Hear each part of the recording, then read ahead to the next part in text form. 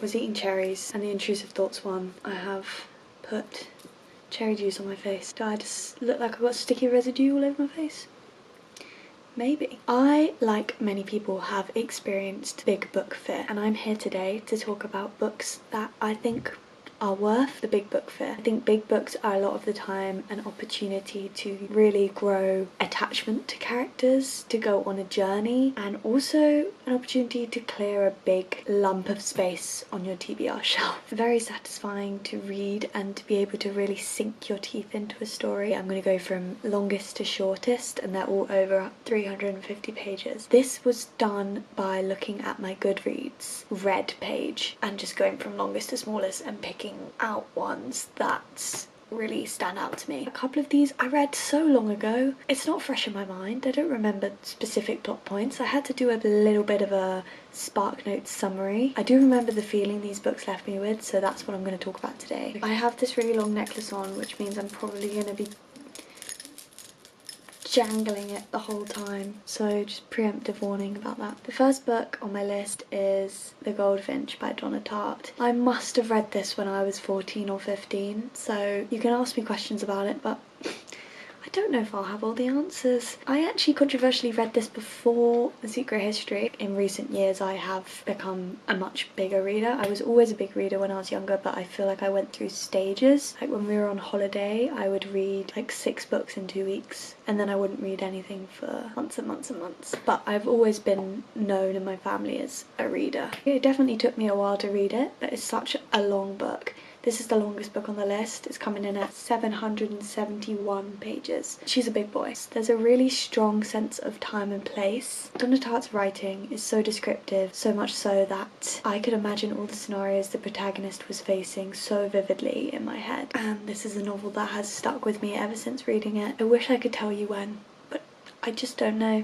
I only started using Goodreads in 2020, so I don't know if you ever have this when you read books, but when I'm imagining scenarios in books, I always kind of transport the setting of the book into a setting I know. If a book's deeply affecting to me, I'll often have dreams about the book, but it's set in like a familiar setting to me. When I was younger, both my parents worked full time, so I spent a lot of time at my childminder's house, and her house really serves as like a universal setting for me for some reason. For a lot of books I read, when they're describing a kitchen, it will always be her kitchen. Even so much so, like the book I read last week was set in her kitchen in my head. It's weird phenomenon, but it's something that definitely happened within this book, which is so strange because it's set in the US anyway. This novel follows Theo Decker, who, as he is narrating, is 27 years old, but it follows him from when he was a small child. He survives a terrorist attack in a museum. In the aftermath and the chaos of this terrorist attack, he manages to steal a very famous and very expensive painting. The rest of the novel explores how this single event inevitably shapes the rest of his life. It's definitely a billabong? What's it called? Bildungsroman.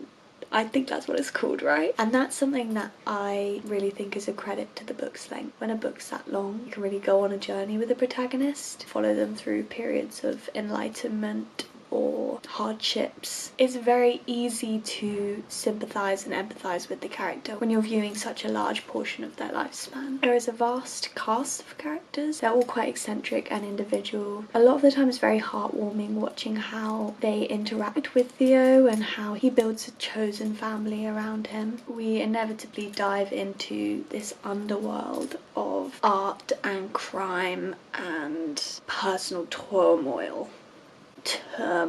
This novel focuses on navigating the aftermath of traumatic events, PTSD, and also follows this boy as he learns to suppress his emotions and his reactions to trauma. And the gender aspect of following a young boy with an alcoholic, unavailable father adds another interesting element to this exploration. The next book is The Blind Assassin by Margaret Atwood. I think this is the third book by Atwood I've read. This one I read in 2022 whilst I was on my year abroad in Taiwan. I used to share a Kindle library with my mum, so I think it was just one that she'd picked and I was like, oh, I'll read this. Didn't realise that it's 637 pages long. Whew.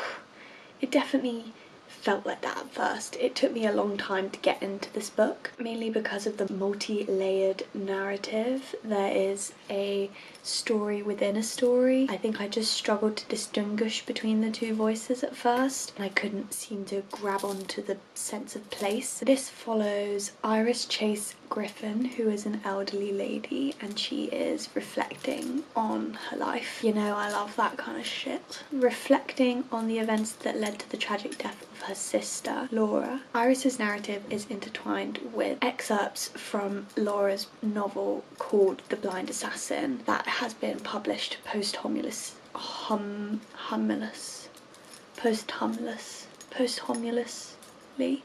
You know what word I'm trying to get at. Posthumous? Posthumous. It's not hummus, is it? Hummusly? Homusly. Who knows? Probably someone does know, but I don't. This novel within the novel, The Blind Assassin, follows a forbidden love affair set against this fantastical backdrop. So there's a little bit of sci-fi in there, which I'm usually not a fan of, but I find it really interesting when it's done in this kind of multi-layered way, where it's a novel within a narrative. The first half was a little bit destabilizing, a little bit confusing, but once I grappled with the multi-tiered narrative, I was gripped and I couldn't put it down. As with most long books, you have the benefit of little trickles of information kind of being revealed to the reader as the protagonist learns about them, but you also have the added aspect of the protagonist is writing this as an elderly woman and she already knows what's going to happen, but she doesn't want to give it all away at the beginning. She just kind of makes little hints all the way through. It was definitely a slow burn, but kept me very intrigued all throughout. This novel is quite genre bending in that you've got the family saga, you've got the love stories, you've got the mystery of what actually happened and why her sister is dead, and then you've also got the kind of sci-fi elements. Having this multi-layered narrative is a very interesting way to kind of explore the blurred lines between truth and fiction. It allows for the exploration of how much truth exists within the narratives that we tell ourselves.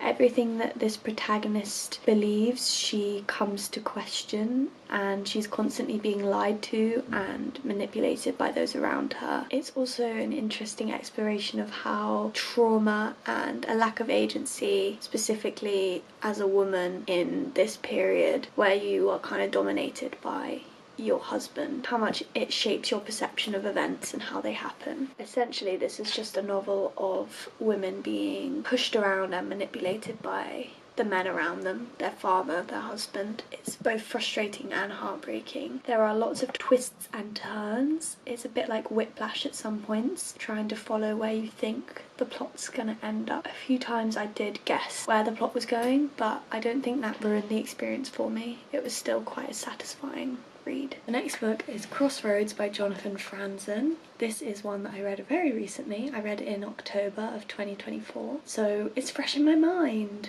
you'll be happy to know. This one comes in at 592 pages, so still quite hefty. Still got pins and needles, sorry. This man is a legend at his craft. He has a way with words. I think he's very accessible. He uses words masterfully and beautifully, and I'm in awe of how he does it, but it's not pretentious or unreachable. He has this innate ability to articulate thoughts that I could not even identify within my own mind, but once I read it, I was immediately like, yes, that's it. This is a family saga set in 1971 in a suburban Chicago neighborhood, and it follows the Hillbrand family.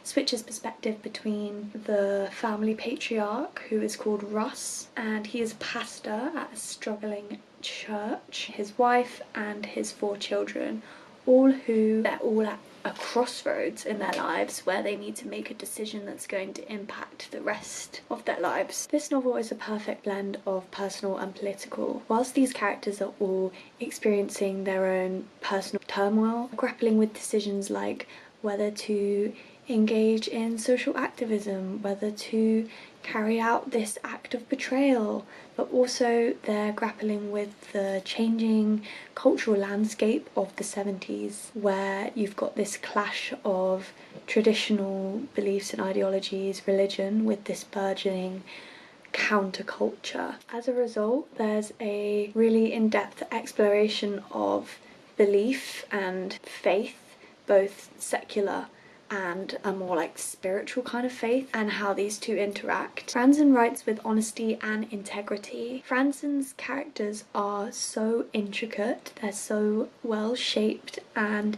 so believable, they really jump off the page in the way that they pursue thought patterns and exhibit behaviours that most would be ashamed to admit. They are a lot of the time narcissistic and unlikable, but that doesn't mean I'm any less invested in their storylines. I could understand their behaviours and their trains of thought, and I could understand how their lives led them to think or act that way. He really digs deep into the human psyche, into these acts of betrayal, into acts of redemption, capturing these moments of hope or disillusionment that really define the human experience. I feel like he captures what it means to be human. This intricate cast of characters provides a foundation upon which a lot of moral dilemmas can be explored. It's compelling in its exploration of self-discovery and how these all characters are kind of redefining themselves based on how the world is changing around them. When we're observing the relationships between these characters, we're also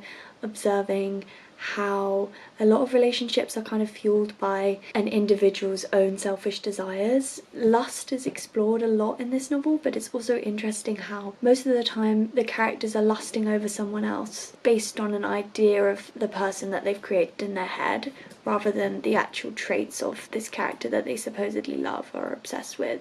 It's more like a selfish desire. It was also very entertaining watching this cast of very self-assured characters sacrifice their morals in pursuit of these people that they were lusting over. I thought that was very realistic, but also very entertaining and equally frustrating. It was also very interesting insight into the truth of the male psyche. I very rarely read books by men where I see such a honest portrayal of men's view of women. It was honestly refreshing in its approach to that. There were a lot of traits in these male characters that I could recognise in men around me. It also captured the way that men view a lot of scenarios in a way that I'd never heard put into words, but also the female characters were very well rounded. The way they reacted to trauma, especially in relationships with men, was very accurate. Overall, just a brilliant character study, and I think this is one of a trilogy, so I'll definitely be picking up the next two. My next pick, you're probably not surprised to see here. I feel like this or another one of this author's particular works appears on every single list you ever see of big books that are worth your time, but for good reason. His books are incredibly readable and also just thought-provoking and very important even to this day. The themes in these books really hold up with modern life, even though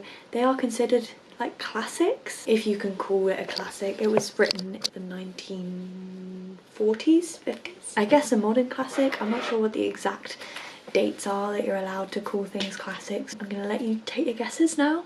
It's Grapes of Wrath by John Steinbeck. I very recently read East of Eden in October last year. A lot of people prefer East of Eden over Grapes of Wrath. I think still for me, Grapes of Wrath takes the biscuit, as they say. Don't know who says that apart from British elderly women. Anyway, this one is coming in at 496 pages, and I also read this quite a while ago. I think I read this in Italy in 2022. It is a novel that has stayed with me all that time. It's set during the Great Depression, and it follows the Joad family as they are somewhat forcibly displaced from their farmland in Oklahoma because of economic hardships and also the environmental disaster like the Dust Bowl. As a result, they embark on a journey to California, and it follows the family as they move across the country in search of a better life. I have a big respect for authors who have a strong sense of voice, who focus in on a few select issues, and you can really see a common thread across all of his work, and this is definitely the case for Steinbeck. He definitely inserts himself and his upbringing into a lot of his works. This novel, like most of his others, is an insight into the lives of the working class, a critique of social injustice on a broader scale and how the class system is corrupt, I guess. This is still relevant today in America when you look at how the working class is often painted by these far-right groups that are kind of exploiting them in a way. I don't know, I'm not going to get too much into that because I don't know a lot. It is set in Salinas in California, and this is where Steinbeck grew up. So he's largely writing about his own experiences, and I think that shows in the authentic feel of this novel. This is a family saga, a character study, I would say. We're just following this family. Whilst I said his writing is accessible and engaging and it's definitely like an easier to read classic, it's still very arduous. You feel like you're going on a journey, like a trek with this family. It can be a bit of a slog at times, but I think that kind of mimics the real life journey that this family are going on. We get to see the overwhelming struggles that this family face: loss, poverty, exploitation, natural disaster, despair, but ultimately this is juxtaposed with these moments of humanity. Amongst this working class community, there is solidarity, there is hope, there is resilience, there is kindness. It's very life-affirming to see these interactions. I think it kind of highlights the strength of the human spirit. We see that even in the worst of times, kindness is what gets people through. Restored my faith in humanity. I think the format of the book is also very interesting. Initially, it took a little while to get to grips with. It switches between a chapter talking about the Joad family, following their journey, and then a more kind of poetic chapter in between that would follow the general state of America at the time. Often these little poetic chapters were a bit more nature focused, if I remember correctly, and I think that really helped to put the story into the wider social context of what was going on in America at the time, and you can really see how threads interweave into this particular family's life. It also provided a space for Steinbeck to play around with really beautiful prose, and this is where my pencil came out and I was underlining constantly because there was some really beautiful lines. This is a book that reinforced my view that money is the root of all evil. It also has one of the most profound endings of a novel that I've ever read, and it sticks with me even to this day. I'm not going to give anything away. Next we have another classic, and this one I think actually is a classic because it was written in the 1800s and it's my first Austen novel, and I'm so happy that I read this. I have been putting off reading Austen for so long. Anyway, I'm just going to give you the title of the book first before I go on my little Austen ramble. This is Emma by Jane Austen, a book that I do remember trying to read in year 11 when I was younger. Even though I read less, I feel like I was reading a lot more classics, and I haven't read a classic in quite a while, but this reaffirmed my love for classics. I read this very recently. This book comes in at 474 pages. Austen is an author that I have been intrigued by for a very long time. She grew up very close to me at home, and last summer we visited her family home, and I've always been intrigued by her writing, but I feel like for a lot of classics you really just have to be in the right mood to read them, and I was finally in the mood to read this, and I think it really helped that I read this when I was away from home. The descriptions of like the Surrey hills really made me nostalgic in a way and made me miss home. It follows the charming and somewhat misguided heroine Emma as she acts as a matchmaker for all her friends around her. She's well intentioned, but she is also sometimes overly confident and quite proud. Her meddling in other people's love lives leads to a series of misunderstandings and mistaken affections. Emma as a character not only shares my name but also a lot of my character traits. She's slightly pretentious, she assumes she knows best, and she's also quite stubborn, and also her stark self-awareness I feel like also resonated with. A lot of the time she says things and then later people call her out on them. I've got a few quotes here, I'll just read you. She went to bed at last with nothing settled but the conviction of having blundered most dreadfully. In the way that she is consumed by her regret, the way she catastrophizes, the way she overthinks small interactions, holds on to small comments that people make, all of that I found very relatable. I love finding myself in literary characters, especially ones from like the 1800s. It's weird how much time has passed and yet how contemporary a novel can be, and I really felt that with this one. I felt like there were character tropes that really still hold up to this day. I am not one for a romance novel, as you might know, but I thought the flirting in this was so sexy. There's a way of speaking with euphemisms, very suggestive, but in a very reserved way. I think this stands the test of time with its character tropes. For example, you've got the guilt-tripping, pretentious, man-hating feminist Emma, who is me. Oh, to be sure, it is always incomprehensible to a man that a woman should ever refuse an offer of marriage. A man always imagines a woman to be ready for anyone who asks her. The way she kind of snaps back at these men when they assume things about her, she's very quick to anger and very quick to draw on the differences between men and women. You've also got that one friend that can't get over that guy and won't talk about anything else. Harriet said, very true, and she wouldn't think about it, but still she talked of it. She could talk of nothing else. No change of subject could avail, and the next half an hour saw her anxious and restless about the Eltons as before. We all know that one girl who had that situationship or had that crush who never liked her back, but she won't stop talking about it. And then in Mrs. Elton, you've got this pick-me girl. I fancy I am rather a favourite. He took notice of my gown. I have the greatest dislike to the idea of being over-trimmed, quite a horror of finery, but my natural taste is all for simplicity. But I am quite in the minority, I believe.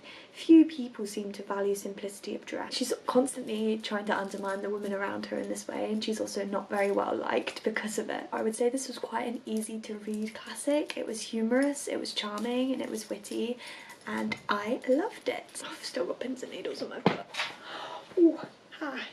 Up next, coming in at 464 pages, we have Still Life by Sarah Winman. What would a video of mine be without mentioning Sarah Winman? She has a book for every occasion. She is another one of those authors that has a strong sense of voice and addresses a lot of the same topics and themes across her different works, even if they have very different plots. This novel is set in both London and Florence. There's a very strong sense of place and time. It begins with the chance meeting of these two unlikely friends, Ulysses, who is an English soldier who's recovering from World War II, and Evelyn, who is an eccentric art historian. I did read this in 2022, so I don't remember the plot, but I do remember the vibes. This is very character driven. There is so many characters. Her cast of characters are always very eccentric and have their own quirks. It follows this close-knit and vibrant group of friends. It's a little bit chaotic and it can be a little bit destabilizing when you first go in because you're trying to remember who everyone is and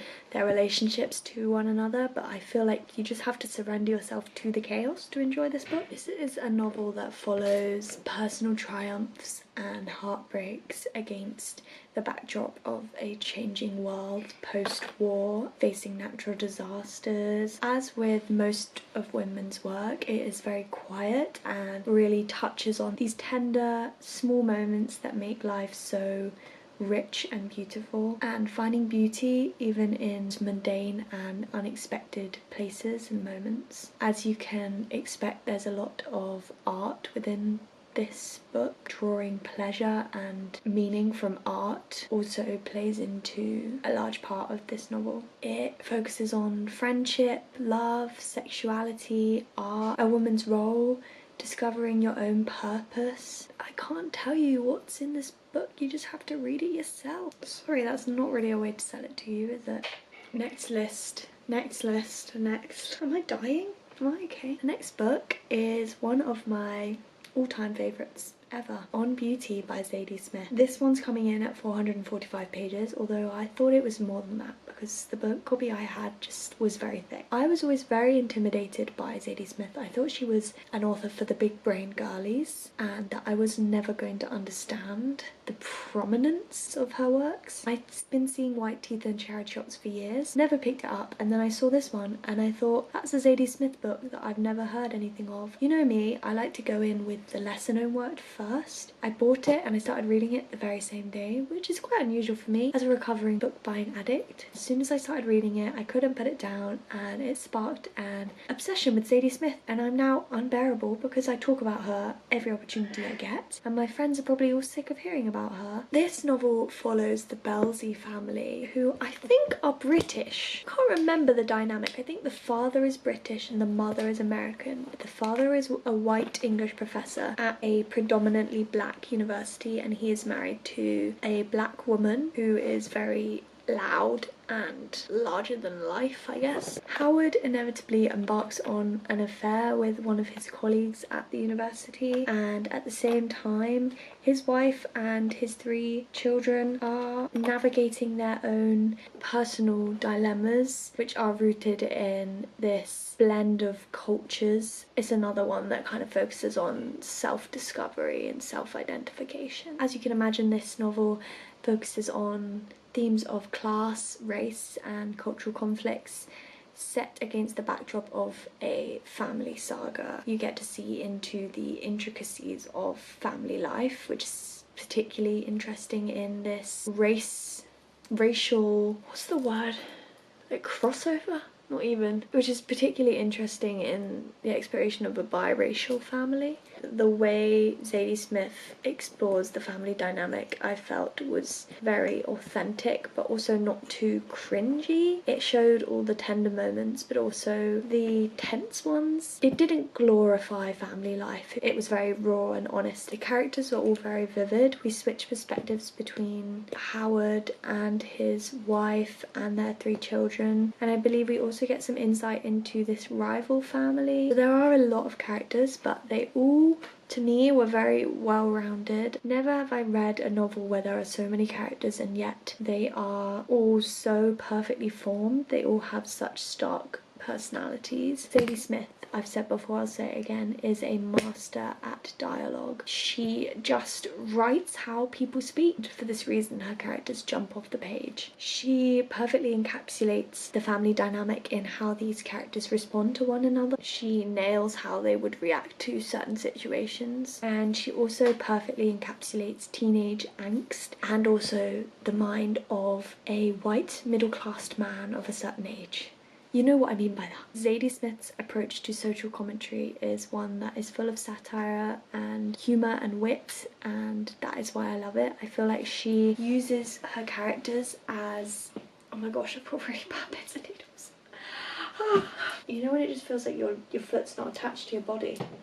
I'm not young anymore, I can't sit cross-legged on the floor. Oh my gosh, I probably look like a ghost right now. I'm recovered. As I was saying, a lot of her characters encapsulate certain viewpoints and she kind of lets them speak for themselves. The reader can watch how these viewpoints clash and intermingle within these characters' interactions with one another. I'm sorry, I've got really bad pins and needles. The reader can draw their own conclusions. That's how I felt when I read it. She lets the characters' interactions speak for themselves, basically. It's very thought-provoking. It questions how we define ourselves, how we define the people we love, the tensions that shapes our individual choices and our relationships with other people, and ultimately how these impact our own sense of self. In this way, there's a blend of the intimate with the universal. You as an individual exist within wider society. I feel like that just sounds like I'm saying words, but I hope you can understand what I mean by that. Didn't anticipate how long this would take. Okay, the next book on my list is A Terrible Kindness by Jo Browning Wroe, which comes in at 400 pages. Another one that I read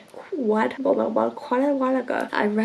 while ago in 2022. Reading back my reviews from 2022 now really shows me how far I've come in my Goodreads reviews. So I've had to do a lot of digging in order to find information about these books because my reviews just weren't cutting it. I have no idea how I felt about the book from the review. This is a novel that centres on the Aberfan disaster in Wales, which was where a lot of coal waste landslided down a big hill and basically just engulfed a whole primary school in the 1960s, ended up killing like 200 people, the vast majority of which were children. I didn't know about this disaster before I read the book, but it has been the source of controversy. People think that it uses the disaster as a way to draw in readers, that it kind of casts it aside and only touches on it briefly. This is really a novel about our central character. I couldn't tell you what his name is. I didn't even write down his name. I think his name's William, but he is a newly trained embalmer and follows him as he is called to respond to the disaster, which I think is a very interesting perspective that I've never seen explored before. It's really how he is haunted by the disaster and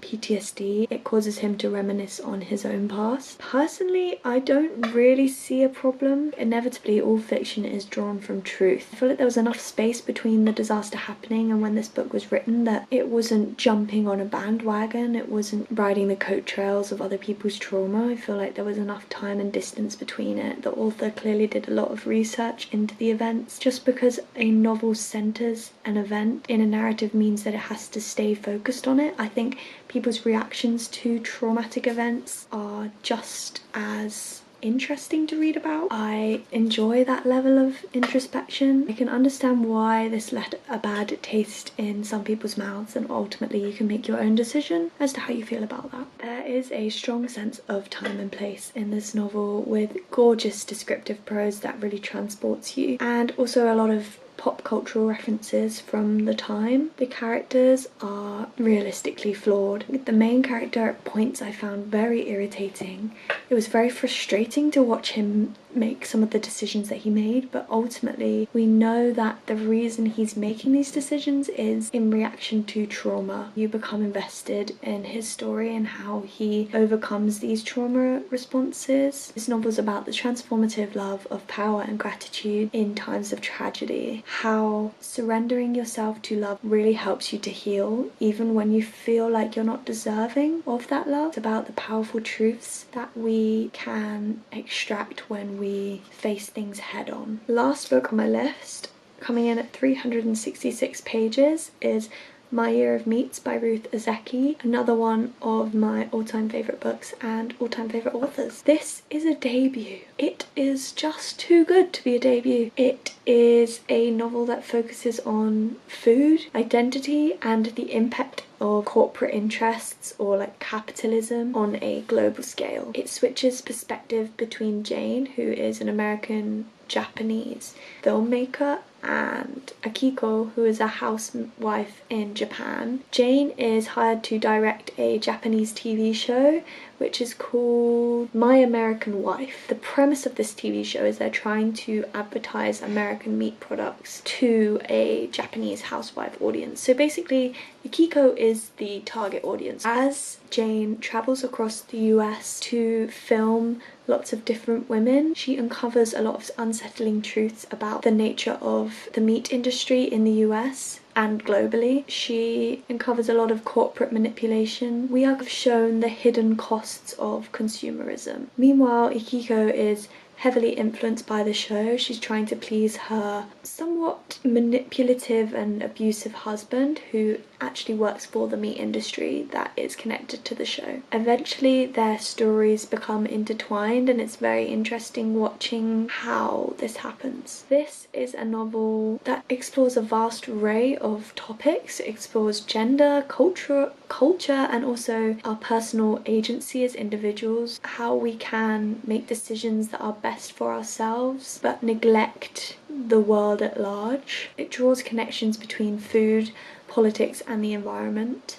This was right up my street, to be honest. I was shocked and not really surprised by the revelations in this book. As a vegetarian of 5 years, I was frustrated by the wider corruption and the growing epidemic of human ignorance that's kind of encapsulated in this novel. It's so frustrating to watch people become aware of issues and still carry on, even when headed towards catastrophe. There's actually a quote in the novel about ignorance. In this root sense, ignorance is an act of will, a choice that one makes over and over again, especially when information overwhelms and knowledge has been synonymous with impotence. I would like to think of my ignorance less as a personal failing and more as a massive cultural trend, an example of doubling of psychic numbing that characterises the end of the millennium. If we can't act on knowledge, then we can't survive without ignorance. I'll leave you with one last quote that I thought encapsulates the feel of the novel very well. So we put Suzuki in a shopping cart, Peter Cam on his shoulder, and wheeled him up and down the endless aisles of superstores, filming goods to induce in our Japanese wives a state of want, as in both senses, lack and desire. Because want is good. We panned the shelves, stacked floor to ceiling, tracked women as they filled their carts with styrofoam trays of freezer steak, each of which, from a Japanese housewife's perspective, would feed her entire family for several days. Stocking up is what our robust Americans called it, laughing nervously,